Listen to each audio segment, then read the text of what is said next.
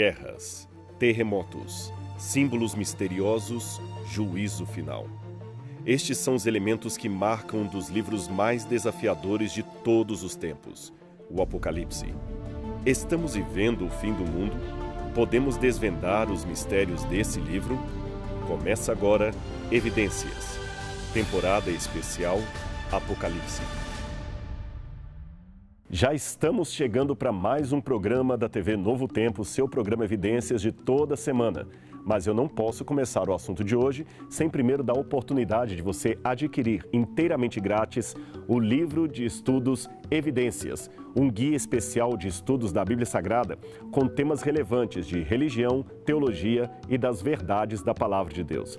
Este é um oferecimento da TV Novo Tempo e de seus amigos, os Anjos da Esperança. E como você faz para adquirir o guia de estudos? É simples. Você pode, através do QR Code, entrar numa plataforma que você deixará os seus dados e o guia chegará em sua casa em qualquer lugar do Brasil. Ou você também pode ligar para 0 Operadora 12 21 27 31 21 ou pelo site novotempo.com/estudo ou biblia.com.br.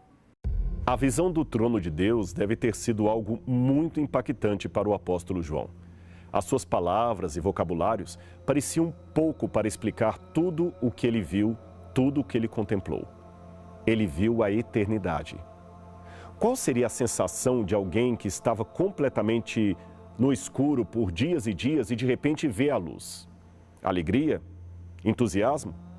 Pode ser, mas não sem antes apresentar um desconforto enorme e talvez até uma confusão mental momentânea. Isto até que a sua mente se acostume com a claridade. Eu me lembro de um filme exibido em 1976 chamado Papillon, o Homem que Fugiu do Inferno, que era uma história baseada no fato real de um homem que escapou da Ilha do Diabo, numa prisão francesa que ficava nas Guianas. Numa das cenas, o homem está numa solitária e quando deixam a claridade entrar no ambiente, a sua reação imediata é de se esconder da luz. O Apocalipse não nos dá todos os detalhes, mas a reação de desfalecimento de João diante da gloriosa imagem de Jesus já é uma pista do que deve ter acontecido e quão forte foi o que ele contemplou para dar aquele resultado.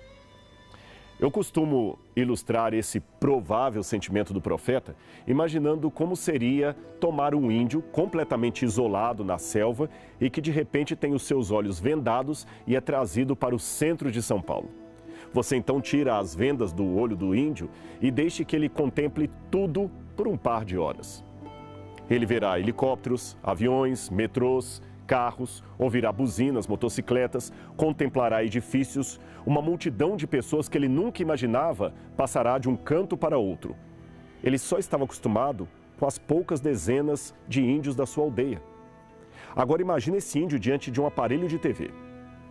Então você tapa novamente os olhos dele e o leva de volta para a selva.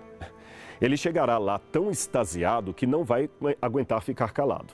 Ele vai querer contar tudo o que viu e ouviu, mas aí percebe que lhe falta vocabulário específico. Ele não conhece aquelas coisas que contemplou, não sabe o nome delas. O máximo que ele poderá fazer com seus companheiros é usar de comparações a partir daquilo que eles mesmos conhecem. Talvez falará do metrô como sendo uma anaconda gigante, do helicóptero como sendo uma libélula que voa com pessoas dentro. Os próprios índios imaginarão, a partir da descrição que ele faz, um quadro bem primitivo e diferente daquilo que ele realmente contemplou. Assim é, de certo modo, o que encontramos no Apocalipse. João é como se fosse um índio tentando explicar para outros índios, no caso eu e você, as maravilhas que ele contemplou. E olha que Deus, de maneira misericordiosa, já mostrou as revelações para João em retratos emblemáticos que pudessem dialogar com a cultura da época, tornando inteligível a mensagem que ele recebia. Por isso, veremos muito no Apocalipse expressões do tipo vi, como que, semelhante a, parecido com. É possível também supor que a providência reveladora de Deus provavelmente aproveitou-se de alguns elementos de semelhança que seriam fragmentos da verdade em meio ao paganismo. Deus fez isto para divulgar uma mensagem que certamente faria eco no inconsciente dos primeiros leitores, tanto judeus quanto gentios. tal possibilidade condiz, melhor dizendo, com as palavras iniciais que eu encontro aqui no livro do profeta. Exatamente quando ele diz, Apocalipse 1, verso 1, mostrar aos seus servos as coisas que em breve devem acontecer. Note que, a despeito da tradução corrente, João não diz exatamente mostrar. Uma possível leitura do grego seria fazer sinalizar, mostrar através de símbolos. Ora, uma vez que muitos desses símbolos são comuns tanto na literatura bíblica quanto na literatura não bíblica, não é improvável que os mesmos tenham um elemento didático mais universal e menos judaico, com o fim de alcançar povos que estariam fora dos limites de Israel. A prova maior que esta mensagem era adequada aos moldes inteligíveis daqueles que viveram no primeiro século, repito, tanto judeus quanto não judeus, está no fato de que hoje é possível e recomendável recorrer primeiramente à própria Bíblia, é claro, e num segundo lugar ao ambiente histórico da produção do livro, para possível esclarecimento de algumas passagens criptografadas demais para a cultura de hoje. Como sugere o comentário bíblico adventista, portanto, certa atenção deveria ser dada aos modos de expressão e pensamento contemporâneos de João à luz do background cultural daquele tempo. Sendo assim, vamos explicar esse método para entender melhor o cenário diante do trono de Deus que faz parte do capítulo 4 do Apocalipse. Note, você se lembra da estrutura quiástica. Então aqui nós temos a cena diante do trono e o trono em volta de detalhes que se combinam com o capítulo 19, no final do livro. O capítulo 4 começa com uma porta aberta no céu e um convite para que João suba até ela. Imediatamente, achei-me em espírito e eis armado um trono no céu, e alguém estava assentado no trono. Apocalipse 4, verso 2. Alguns pensam que esta explanação indica que João teve várias visões em Patmos e não apenas uma numa sequência exata. Porque no capítulo 1, verso 10, ele diz: achei-me em espírito no dia do Senhor, isto é, ele foi arrebatado em visão e se fosse uma sequência, ele teria todas as visões no mesmo dia. Mas aqui no capítulo 4, ele volta a dizer: achei-me em espírito. Ora, considerando que a aparição de Jesus no capítulo 1 foi dentro do santuário celestial, não faria sentido a ordem de Deus sobe para cá se ele já estava no santuário. Lendo assim o capítulo inteiro, o quadro pode parecer um tanto complicado, mas talvez uma descrição artística ajude você a compreender o que provavelmente João viu. Essa é uma boa imagem vista da perspectiva de quem supostamente estivesse no meio dos anjos. Em círculos concêntricos, você tem os 24 tronos de 24 anciãos, os 4 seres viventes e as chamas de fogo, e, finalmente, o trono de Deus ao centro. Note que as chamas praticamente ofuscam a contemplação daquele que está assentado ao trono. Uma outra forma didática seria transformar o cenário numa planta baixa e imaginar que ao centro estaria o trono de Deus, a seguir as 7 labaredas de fogo ao redor dele, depois as 4 criaturas viventes, os 24 anciãos e, finalmente, uma multidão de anjos e seres celestiais. As 4 criaturas viventes têm, respectivamente, 6 asas cada e estavam repletas de olhos espalhados por seu corpo. A primeira tinha o rosto de um leão, a segunda de um novilho, a terceira de um homem e a quarta de uma águia quando está voando. Ezequiel teve uma visão muito semelhante a esta. Você pode lê-la em Ezequiel capítulo 1, versículos 4 e 5. Ali, Ezequiel descreve o que parecia ser 4 criaturas viventes, todas elas com características angelicais, mas também humanas e animais. Observe com que precisão Ezequiel registrou o que viu, declarando que viu o que parecia criaturas vivas. Ao ler toda a visão encontrada em Ezequiel capítulo 1, você notará que o profeta usou repetidamente expressões como parecia, era, semelhante a. Claramente, Ezequiel, assim como João no Apocalipse, percebeu que se tratavam apenas de meras semelhanças ou imagens de realidades invisíveis e superiores que estão no céu. Ezequiel deve ter ficado pasmo com as contemplações, sons que ele ouviu. A aparência das 4 criaturas eram como brasas de fogo. Os seus movimentos rápidos pareciam flechas de relâmpago. As suas asas voavam como o som de águias correndo, e o seu movimento era como o som de um exército. Em uma visão posterior, Ezequiel identificou estas 4 criaturas vivas com 4 querubins, ou criaturas poderosas, Ezequiel 10, verso 2. Tendo sido criado em uma família sacerdotal, Ezequiel, sem dúvida, sabia que os querubins estavam intimamente associados à presença de Deus e serviam como seus assistentes.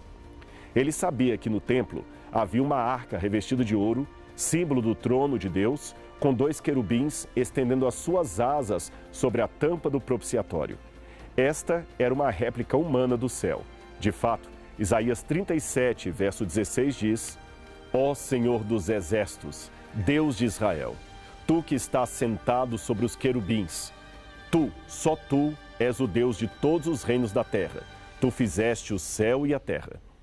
Querubins são criaturas sobrenaturais associadas ao trono de Deus. A palavra querubim, com 2 grafias em hebraico, ocorre cerca de 100 vezes na Bíblia.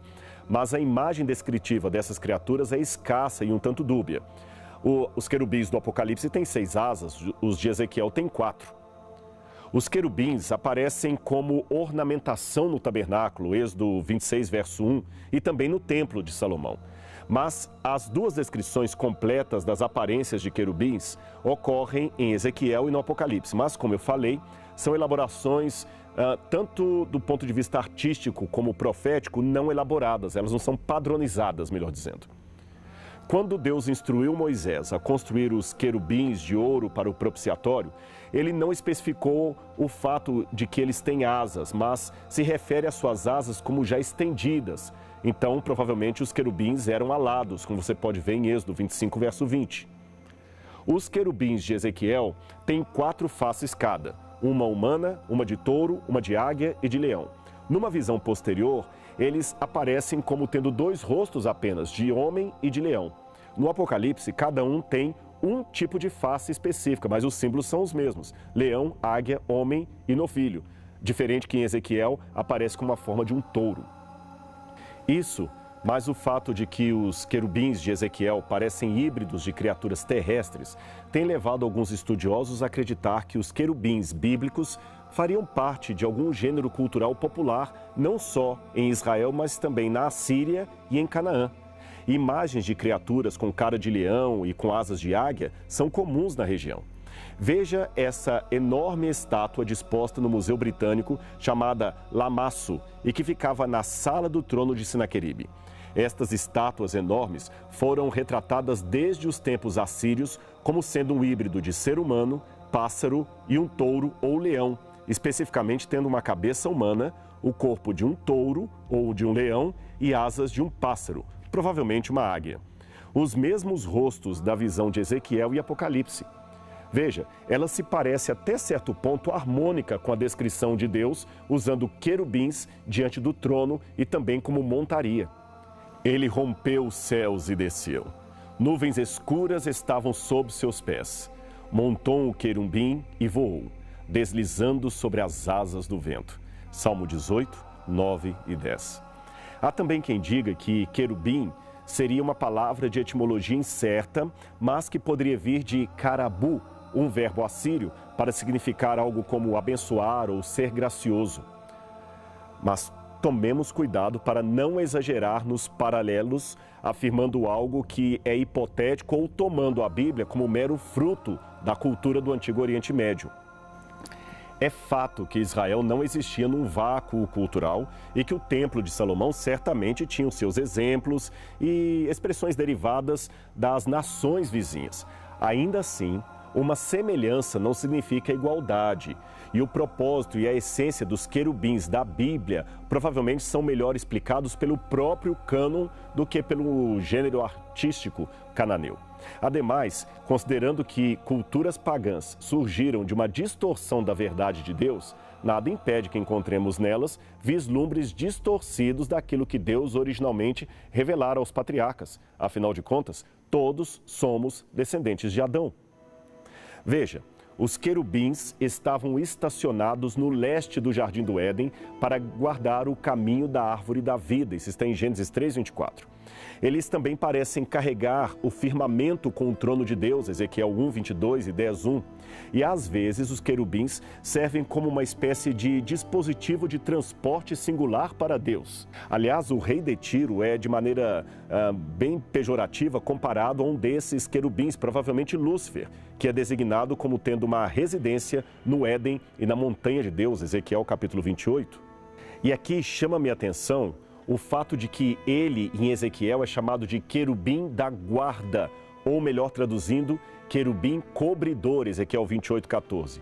Tu eras o querubim ungido para cobrir, verso 16. Ó querubim cobridor, no meio das pedras de fogo tu andavas. Veja o Salmo 104, 2 a 4. Ele se cobre de luz como de um vestido, e estende os céus como uma cortina.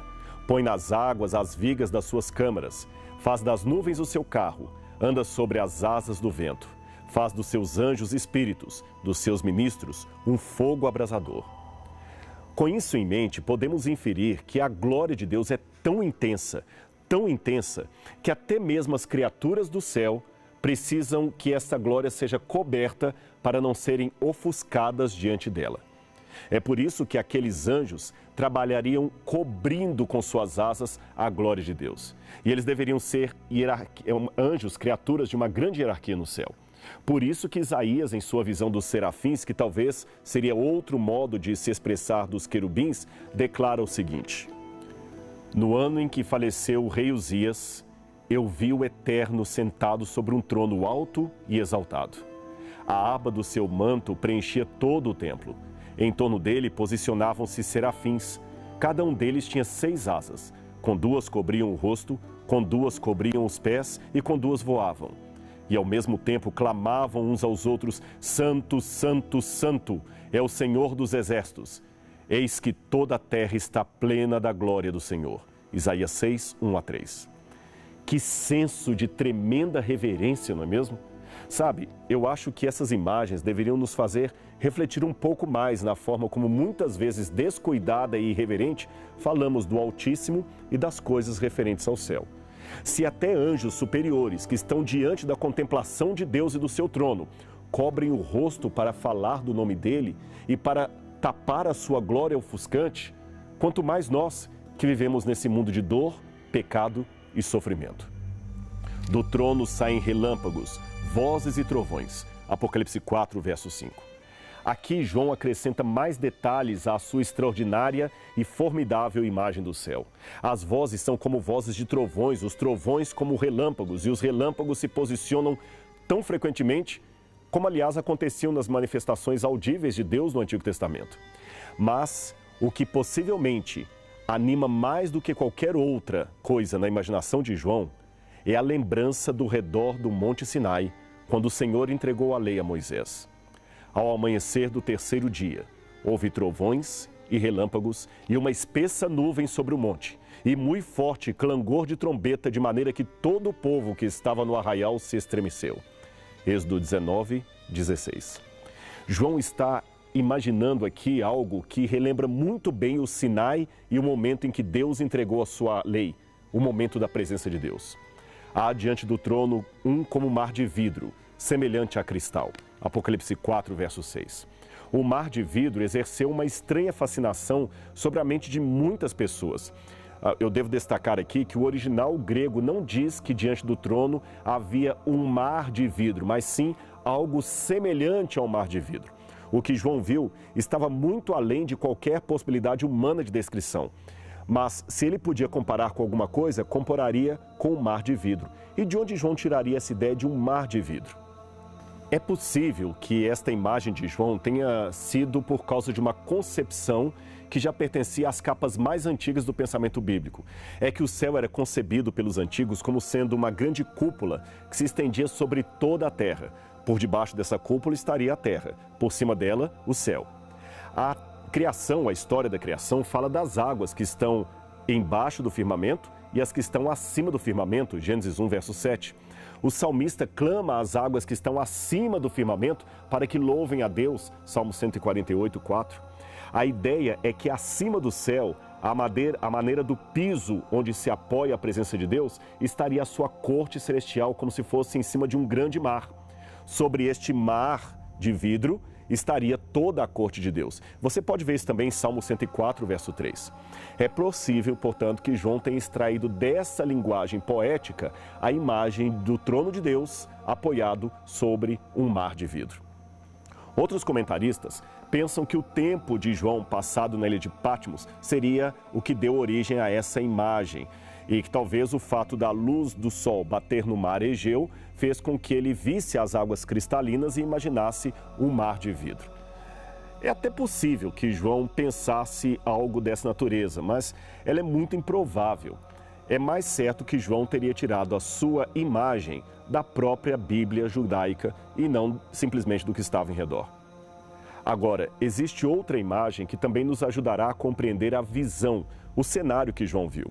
Lembre-se, a tônica do Antigo Oriente Médio, do Antigo Testamento, melhor dizendo, era que Moisés deveria construir um santuário semelhante ao modelo que ele viu no céu. E esse santuário da terra se inspirava numa realidade superior.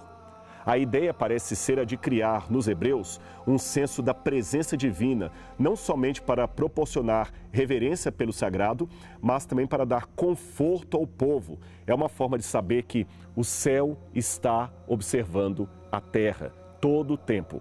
Há um Deus disposto a salvar, vigiar, perdoar e proteger. Há, contudo, uma ruptura, é claro, entre o céu e a terra. Ninguém pode, no dia a dia, ver o plano espiritual ou o mundo celestial. Então, o que Deus fez? Ele mandou construir um santuário terrestre inspirado no celestial para que o povo tivesse uma lembrança do seu cuidado, um senso daquilo que eles não podiam ver. O santuário terrestre seria, digamos, uma fotografia de namorada para um combatente que está na guerra. Uma lembrança de alguém que o ama e espera ansiosamente pela sua volta. Logo, vale a pena sobreviver ao conflito. Aliás, o ritual do santuário no deserto relembra não apenas o santuário que está no céu, como também o próprio movimento do céu, que é maior do que o santuário que está nele. Veja como era o acampamento dos israelitas na travessia do deserto rumo à terra prometida. Como sabemos, a cada parada, o acampamento de Israel obedecia uma formação muito bem planejada, onde o santuário, com seu átrio, símbolo da presença de Deus entre o povo, ocupavam o lugar central. Circundando o átrio, havia os lugares determinados para os levitas, ao passo que Moisés e os sacerdotes aarônicos ficavam localizados na extremidade oriental, diante da entrada da porta. Um pouco além dos levitas, havia 4 acampamentos encabeçados, respectivamente, pelas tribos de Judá, Ruben, Efraim e Dan, que somavam, junto a mais 2 tribos cada, um grupo de 3 tribos, seguindo a sua ordem. De acordo com a descrição de Números 1:52, cada tribo possuía um estandarte, isto é, uma bandeira, e esta fazia parte da disposição dos acampantes. Números 2, 1-53. Mas a Bíblia não descreve o que estaria desenhado em cada estandarte. Porém, segundo a tradição judaica mais antiga, preservada tanto oralmente como por escrito no Talmud, na tradição rabínica, quando Deus apareceu no Sinai, segundo essa tradição, ele estava cercado por 22.000 anjos divididos em grupos e cada grupo representado por um anjo superior diferente. Assim, foi desejo de Israel também estar dividido em grupos à semelhança do esquema celestial. No céu, o trono de Deus, segundo essa tradição, ocupava o centro da multidão celestial. E 4 anjos estavam em redor: Miguel, Gabriel, Uriel e Rafael. Esses 4 seres correspondiam, respectivamente, às 4 tribos principais ali: Ruben, Judá, Dan e Efraim, todas com seus respectivos estandartes. Um leão estampava o estandarte de Judá, uma águia de Dan, um novilho de Efraim e um homem de Ruben. Veja novamente neste esquema a disposição das tribos de Israel acampadas em redor do santuário. Considerando os estandartes de Dan, Ruben, Efraim e Judá, veja como a sua disposição era parecida com aquela mostrada simbolicamente em Apocalipse capítulo 4. No centro, o trono de Deus. Ao redor, suas criaturas. Sabe, esta é uma forma da profecia nos lembrar como as ações do céu e da terra acham-se interligadas. As cortes celestiais e o próprio Deus estão profundamente interessados em nossa história e se envolvem com ela, ainda que às vezes nós não sintamos a presença de Deus em nosso meio, mas Ele está agindo no cosmos. Entre a multidão de anjos e os 4 seres viventes ao redor do trono, João viu ainda 24 anciãos vestidos de branco, sentados em tronos celestiais. Quem eram esses indivíduos? Eis as possibilidades levantadas pelos comentaristas. Para uns, os 24 anciãos seriam uma metáfora para membros da hoste angelical. No templo terrestre, os cantores eram divididos em 24 classes, assim como também os sacerdotes. Seriam, portanto, um tipo de anjos, cantores ou de sacerdotes celestiais? Há também quem pense que estes 24 indivíduos seriam uma combinação simbólica das 12 tribos de Israel, os filhos de Jacó, com os 12 apóstolos, ou ainda uma combinação simbólica de Israel, as 12 tribos, e os gentios que creem em Jesus. Por isso o número aparece dobrado, 12 vezes 2. Uma posição menos plausível seria de que aqui estariam representadas as ações, os signos do zodíaco, que eram governados por 24 deuses estelares.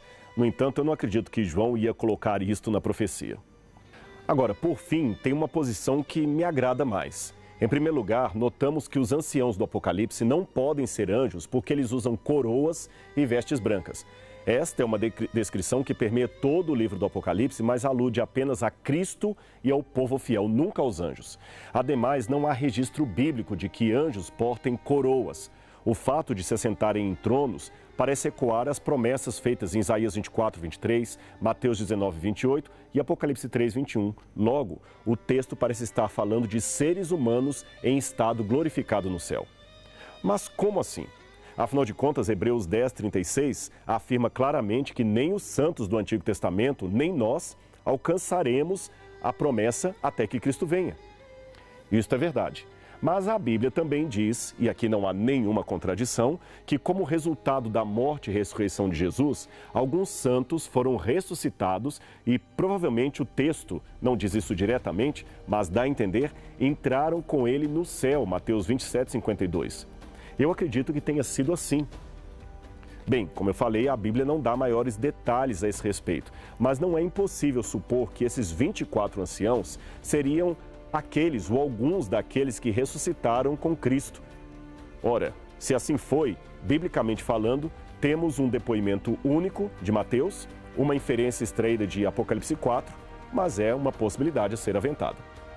Seja como for, o fato é que o céu inspira um estado de graça, uma atmosfera de alegria plena que Deus deseja que todos os seus filhos e filhas possam um dia partilhar.